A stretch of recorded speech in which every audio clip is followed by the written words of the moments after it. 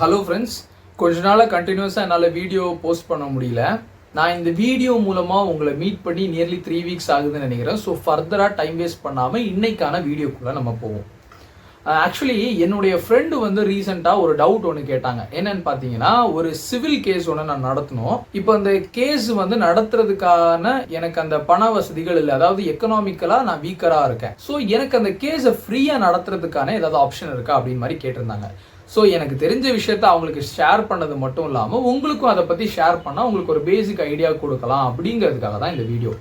Actually எக்கனாமிக்கலாக ஒரு person வீக்காக இருக்காங்க அப்படின்னா ஃபர்ஸ்ட் ஆஃப் ஆல் அந்த கேஸை வந்து அவங்க நடத்துறதுக்கு யோசிப்பாங்க. பட் இப்போ அவங்க அந்த கேஸை நடத்தாம விட்டாங்க கோர்ட்ல அப்படின்னா அதனால பாதிக்கப்பட போறது என்னவோ அவங்க தான். இன்கேஸ் அந்த கோர்ட் அந்த கேஸை எடுத்து நடத்தினாங்கன்னா மேபி அவங்க வின் பண்ணலாம், லூஸ் பண்ணலாம், பட் அவங்க ட்ரை பண்ணாங்க அப்படின்னு ஒரு விஷயமும் இருக்கும். ஸோ ஒரு எக்கனாமிக்கல் ரீசன்னால ஒரு பர்சன் கோர்ட்ல போய் கேஸை நடத்துறதுக்கு பயப்படக்கூடாது அப்படிங்கிறதுக்காக நம்ம கான்ஸ்டிடியூஷன்ல டைரக்டிவ் பிரின்சிபல்ஸ் ஆஃப் ஸ்டேட் பாலிசியின் கீழே under article 39A equal justice and free legal eight அப்படின்னு ஒரு கான்செப்ட சொல்றாங்க. இதன் மூலமா ஒரு சிட்டிசன் எக்கனாமிக்கல் ரீசனாலேயோ இல்ல வேற ஏதாச்சும் டிசபிலிட்டினாலேயோ அவருக்கு கிடைக்கப்பட வேண்டிய அந்த ஜஸ்டிஸ் கிடைக்காம போயிடக்கூடாது, ஈக்குவல் ஜஸ்டிஸ் எல்லாருக்கும் கிடைக்கணும் அப்படின்னு ஒரு கான்செப்ட நம்ம இந்தியன் கான்ஸ்டிடியூஷன் நமக்கு சொல்லுது. அதான் கான்ஸ்டிடியூஷன்லேயே சொல்லிட்டாங்களேப்பா. ஸோ எல்லாரும் கோர்ட்ல போய் ஃப்ரீயா கேஸை நடத்திக்கலாமா அப்படின்னு கேட்டீங்கன்னா அதுவும் கிடையாது. ஏன்னா நம்ம லாஸ்ல வந்து அதற்கான சர்டன் ப்ரொசீஜர்ஸ் அண்ட் ரூல்ஸ் வந்து ஃபார்ம் பண்ணி வச்சிருக்காங்க. ஸோ இப்போ சிவில் கேஸ் அப்படின்னு நம்ம எடுத்துக்கிட்டோம்னா இப்போ கோட் ஆஃப் சிவில் ப்ரொசீஜர் 1908ல இப்போ வந்து ஒரு பர்சன் எக்கனாமிக்கலா வீக்கரா இருக்காரு அப்படின்னா அவரை வந்து இண்டிஜென்ட் பர்சன் அப்படின்னு சொல்லி கன்சிடர் பண்ணுவாங்க. இப்போ இண்டிஜென்ட் பர்சனுக்காகவே சூட்ஸ் பை இண்டிஜென்ட் பர்சன்ஸ் அப்படின்னு சொல்லி ஒரு விஷயத்தை வந்து நம்ம சிபிசில கொடுத்திருக்காங்க. இண்டிஜென்ட் பர்சன் அப்படின்னா என்னன்னா ஏழை அல்லது வறியவர்கள், இதை தான் இண்டிஜென்ட் பர்சன் சொல்றாங்க.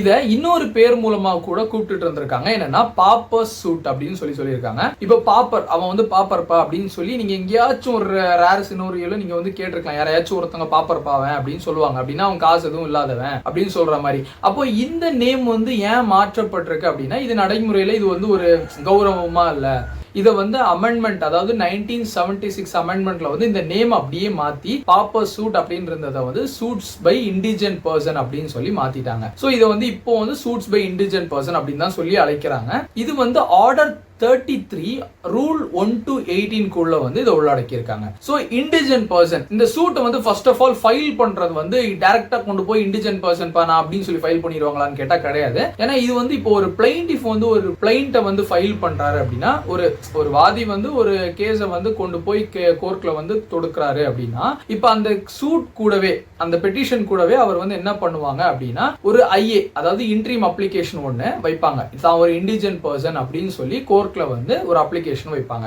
அப்ப அந்த அப்ளிகேஷனை வந்து கோர்ட் பார்த்த அப்புறமா அதை வந்து எடுத்து வெரிஃபை பண்ணுவாங்க. இவர் இண்டிஜென்ட் பர்சன் தானா, உண்மையா இவர் இண்டிஜென்ட் பர்சன் தானா அப்படின்னு சொல்லி வெரிஃபை பண்ணுவாங்க. சோ இண்டிஜென்ட் பர்சன் அப்படின்னு சொல்லி இதுல யார சொல்றாங்கன்னா இப்போ தன்னுடைய அன்றாட தேவைகளை பூர்த்தி செய்ய முடியாம இருக்கிற பொருளாதாரத்துல பின்தங்கிய மக்கள், பொருளாதாரம் எக்கனாமிக்கலா வீக்கரா இருக்கக்கூடிய மக்களை தான் இதுல வந்து இண்டிஜென்ட் பர்சன் கன்சிடர் பண்றாங்க. அதாவது அவங்களுடைய சொத்து மதிப்பு வந்து 1000 ரூபாய்க்கு உள்ளாக இருக்க வேண்டும். அதாவது 1000 ரூபாய்க்கு மேல இருக்கக்கூடாது, 1000 ரூபீஸ்க்கு எபோவா இருக்கக்கூடாது.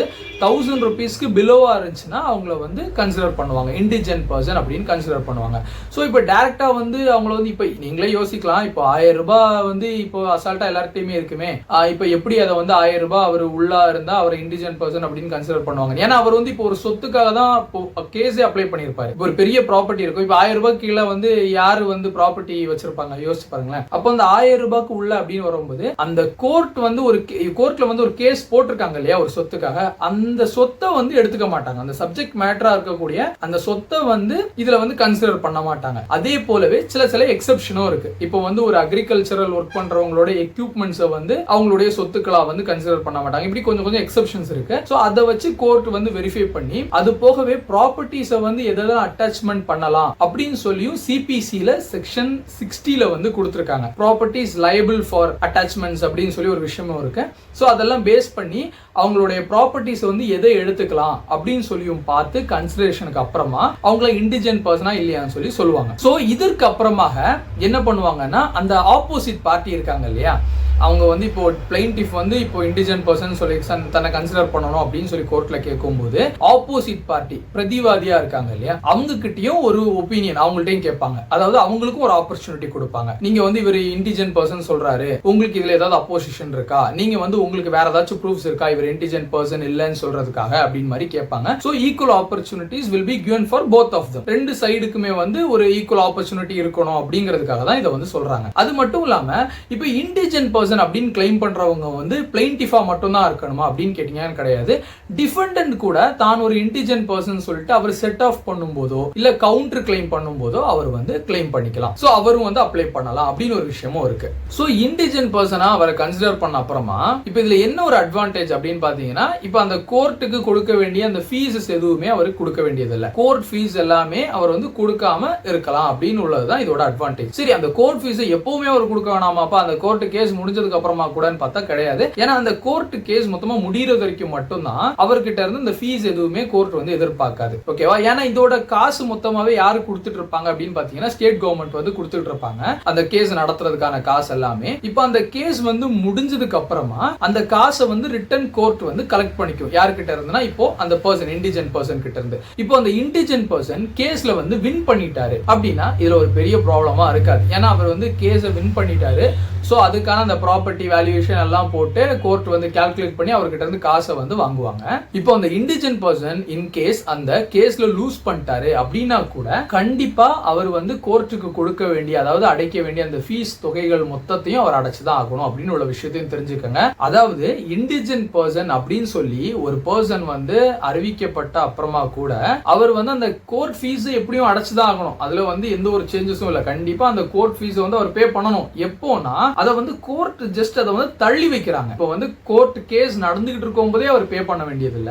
அந்த கேஸ் முடியறது வரைக்கும் வந்து அதை ஒத்தி வைப்பாங்க. அந்த ஃபீஸ் பே பண்ற அந்த ஒரு கான்செப்டை மட்டும், அவ்வளவுதான். இது வந்து ஜஸ்ட் அதை வந்து அந்த கோர்ட் ஃபீஸை வந்து டெஃபர் பண்றாங்களே தவிர மொத்தமா அதை வைப் அவுட் பண்ண மாட்டாங்க. அந்த கோர்ட் ஃபீஸ் வந்து நீ பே பண்ண வேணாம் அப்படின்னு சொல்ல மாட்டாங்க. இன்கேஸ் சரி நான் வந்து கோர்ட் கேஸ் வந்து நடத்துறேன், இண்டிஜென்ட் பர்சனா நடத்துறேன், நான் வந்து பாதியிலேயே வேணாம் அந்த கேஸ் நான் வந்து டிராப் பண்ணிடுறேன், வித்ட்ராவ் பண்ணிடுறேன், இல்லனா கோர்ட்டே வந்து ஏதோ ஒரு ரீசனால அதை ரிஜெக்ட் பண்ணுது, டிஸ்மிஸ் பண்ணுது அப்படின்னா அந்த நபர் வந்து பே பண்ண வேணாமான்னு கேட்டீங்கன்னா அப்பவும் பே பண்ணணும். கண்டிப்பா அவங்க வந்து நார்மல் பர்சன் மாதிரியே, அதாவது இண்டிஜென்ட் பர்சன் சொல்லி அவங்கள கன்சிடர் பண்ணாம இருந்தா எவ்வளவு ஃபீஸ் பே பண்ணணுமோ எல்லாத்தையுமே அவங்க ஃபீஸை பே பண்ணி தான் ஆகணும் அப்படின்னு ஒரு விஷயத்தையும் தெரிஞ்சுக்கங்க. சோ இண்டிஜென்ட் பர்சன்னா என்னன்னு உங்களுக்கு சொல்லிட்டேன். அதாவது அவங்களுடைய அன்றாட தேவைக்கு தேவையான பொருளாதார வசதிகள் இல்லாம, அதாவது ப்ராப்பர்ட்டி வந்து 1000 ரூபாய்க்கு லெஸ்ஸா இருந்துச்சுன்னா அவங்கள வந்து ஒரு இண்டிஜென்ட் பர்சன் அப்படின்னு சொல்லி கோர்ட் கன்சிடர் பண்ணுவாங்க. சோ அவங்களால ஃபீஸ் வந்து பே பண்ண முடியாது. அவங்க பே பண்ண முடியறது அளவுக்கு அவங்களுக்கு எக்கனாமிக்கலா அவங்க ஸ்ட்ராங் இல்ல அப்படின்னு உள்ள பர்சன் தான் மேக்ஸிமம் இண்டிஜென்ட் பர்சன் அப்படின்னு சொல்லி கிளைம் பண்ணுவாங்க.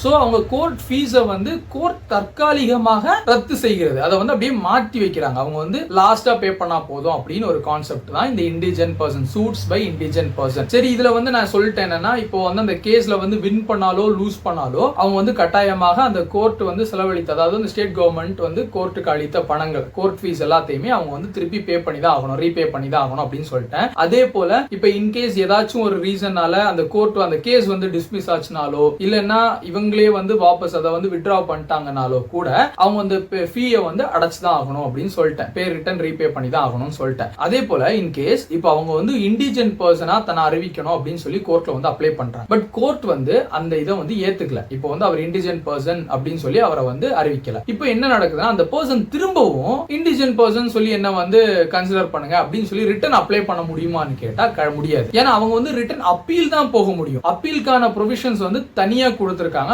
ஆர்டர் 44ல வந்து தனியா கொடுத்திருக்காங்க. சோ அவங்க அப்பீல் போகலாம். பட் அதே திருப்பியும் அதே கோர்ட்ல அதே ஜூரிஸ்டிக்ஷன்ல திரும்பவும் நான் வந்து இண்டிஜென்ட் பர்சன் அப்படின்னு சொல்லி தன்னை வந்து ஏத்துக்கணும், கேஸ் எடுத்து நடத்தணும் அப்படின்னு சொல்லி அவரால் சொல்ல முடியாது. அவர் வந்து ரிட்டர்ன் அதே கேஸ திருப்பி ஆர்டினரி சூட்டா அவர் வந்து நடத்தலாம். தன்னை வந்து இண்டிஜென்ட் பர்சன் அப்படின்னு சொல்லி கன்சிடர் பண்ணி அந்த கேஸை நடத்தணும் சொல்லி அவரால் சொல்ல முடியாது. அது போலவே இப்போ கோர்ட் வந்து தன்னை இண்டிஜென்ட் பர்சனா அறிவிச்ச அப்புறமா கூட அந்த ட்ரையல்ஸ் நடந்துகிட்டே இருக்கும்போது பாதியில கூட எப்ப வேணாலும் கோர்ட் வந்து டிசைட் பண்ணலாம் அவர் வந்து இண்டிஜென்ட் பர்சன் கிடையாது அப்படின்னு தெரிஞ்சுன்னா அந்த இண்டிஜென்ட் பர்சனுக்கான அந்த உரிமைகளை வந்து எடுத்துருவாங்க. நார்மலா அவர் ஃபீஸ் பே பண்ண வேண்டிய நிலைமை ஆயிரும். எப்போனா இப்ப இந்த பர்சன் வந்து கேஸ் நடத்திக்கிட்டே இருக்கும்போது இடையில வந்து அவருக்கு பினான்ஸ் பண்றதுக்காக இன்னொரு நபர் வந்து ஒரு அக்ரிமெண்ட் குள்ள வராரு அப்படின்னா கூட அவர் வந்து அந்த இண்டிஜென்ட் பர்சன் அப்படிங்கிற ஒரு விஷயத்தை வந்து இழந்துருவாரு. அப்ப அவர் நார்மலா ஃபீ பே பண்ணி தான் ஆகணும். அதே போல இப்ப அவர் ஏதாவது ஒரு ஃப்ராட்லண்ட் டிரான்சாக்ஷன்ல ஈடுபட்டிருக்காரு அப்படின்னு கோர்ட் கண்டுபிடிச்சா கூட அந்த இண்டிஜென்ட் பர்சனுக்கான அந்த ரைட் வந்து போயிடும். சில பேர் டெக்னிக்கா அந்த இண்டிஜென்ட் பர்சன் அப்படின்னு சொல்லி தன்னுடைய கேஸ் வந்து ஃப்ரீயா நடத்தணும் அப்படிங்கிறதுக்காக